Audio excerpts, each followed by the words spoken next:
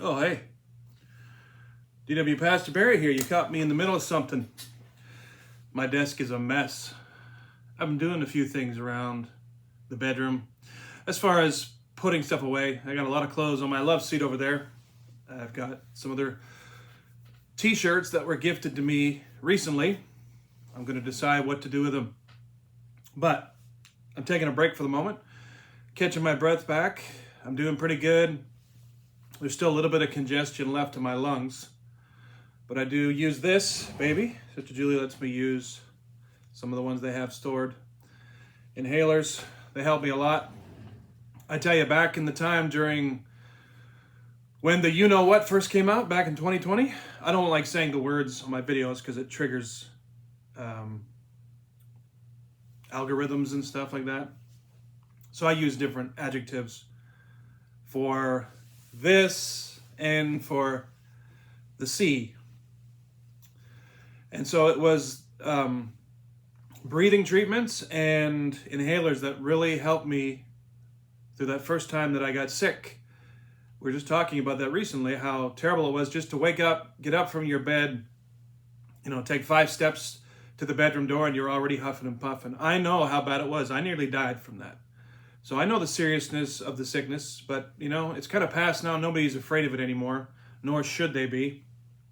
And of course, we know it's not because of Satan's juice. Anyway, enough about that. Let's talk about more positive things. We're going to do a fast break devotional here. It's just after 12 o'clock, so it is early afternoon. You can see the sunlight shining through my pretty blue curtain over there. Let me get my eyes on. There we go. And I'm in desperate need of a shave. It is a church night. Not sure what I'm going to wear yet. Obviously, I wear a suit and tie now. It's weird. I never started wearing suit jackets seriously until I turned almost 40. And I never started wearing a tie officially until 2023, this year. So you're going to see a lot more videos with me wearing suits and ties because I just like to wear them. All right, so in the fast break devotional here, see how short these are? We're on day 165 called Moving On. Moving on is a good thing to do. A lot of people, you're supposed to leave Egypt. You get born again, you leave Egypt, you leave your life of sin behind, you're on your way to the promised land. You'll have times where, I don't want to use the word stagnant, but you'll have times where you're kind of set foot and staying in one place. Maybe it's a battle you're going through or circumstances, trials. But the most important thing is after the lesson is learned and you've pushed through it, you have to keep moving on. Don't keep looking back, longing for the past or, licking your wounds from a battle. Let God do his work in you so that you can move on. All right, in Matthew 5:43 through 45, this is the NIV version. It says, "You have heard it said, love your neighbor and hate your enemy. But I tell you, love your enemies and pray for those who persecute you, that you may be sons of your Father in heaven." Very easy to say, but very hard to do. And it's something that when God is changing you from the inside out, he increases your love and compassion for lost people and those people who attack you purposely.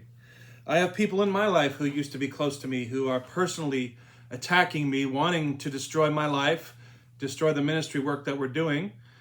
And we still have to love them from a distance and pray for them, which I do. Okay, let's read. The heading in the MEV version is Love for Enemies. Let's do verses 43 down to the end of the chapter in Matthew 5.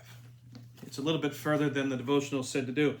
Jesus speaking here, he says, "You have heard that it was said, you shall love your neighbor and hate your enemy. But I say to you, love your enemies, bless those who curse you, do good to those who hate you, and pray for those who spitefully use you and persecute you, that you may be sons of your Father who is in heaven. For he makes his sun rise on the evil and on the good, and sends rain on the just and on the unjust. For if you love those who love you, what reward do you have? Do not even the tax collectors do the same?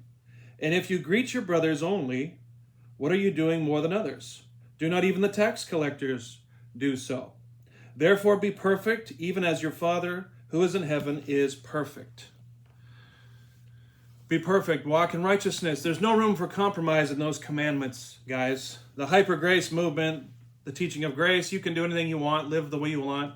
God's love and his grace covers you. You'll be set for heaven.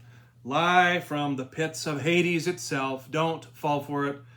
I was taught it. I don't blame those who taught me that because they were taught the same thing. So get mad at the devil and seek the truth for yourself. Moving on. The author says, sometimes people can be discourteous and cruel.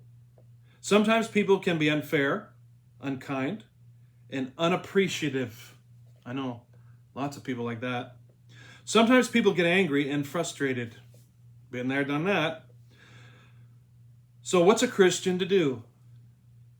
God's answer is straightforward. Forgive, forget, and move on. Maybe somebody needs to hear today. Move on from your situation. Forgive the people that hurt you. Maybe they're still doing things to you. Continue to forgive them. Tell God you forgive them. Tell God to bless them and pray for their salvation, or that they get delivered of what is causing them to do that, whether it's their flesh. Let them crucify their flesh, overcome their flesh, or get deliverance if that's what's needed. So forgive, forget, and move on. In Luke 6:37, Jesus instructs, do not judge, and you will not be judged. Do not condemn, and you will not be condemned. Forgive, and you will be forgiven. That's in another version, the HCSB. Today and every day, make sure that you're quick to forgive others for their shortcomings. And when other people misbehave, as they most certainly will from time to time, don't pay too much attention. Just forgive those people as quickly as you can and try to move on as quickly as you can. And you probably, if you've been following my videos over the years, you've heard me say it many times. When you can talk about someone, when you can look at their pictures, when you can think about the things that they've done and no longer feel the hurt or the anger, if you're only starting to feel love and compassion for them, then God has done a work in you. You've truly forgiven them. Sometimes forgiveness is a walk. It needs to be said. You can choose to forgive someone now, and you can move on and progress, and then they hurt you again, and then you have to do it again. I understand that. And sometimes people have hurt you so deeply that God will need to do a deep healing in you, but you must release your bitterness, your resentment, and your unforgiveness towards those people. It's a must. And it's not so they can be free, it's so you can be free. It's been said, the cliche, but we got to say it again. Some people say, well, I'm never going to forgive so-and-so, and that's going to hurt them. No, it's not.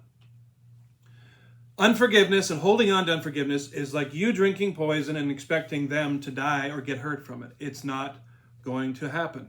The Bible instructs us to forgive, and it's for your own freedom. It closes spiritual doorways to the enemy, because when you hold on, the Bible tells us, Jesus instructed us, those who haven't forgiven their debts to others will be handed over to the tormentors, and those are demons. That's Satan, his army. And they will torment you if you have bitterness, resentment, or unforgiveness in your lives. These are key. People who are watching, if you're in deliverance ministry, you know that before you come against spirits in people, they have to release all bitterness, resentment, and unforgiveness. It's just par for the course. That's basic deliverance 101. You should know that.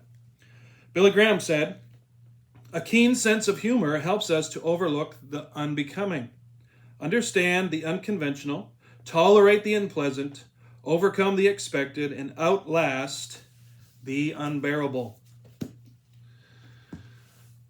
Some words of wisdom there.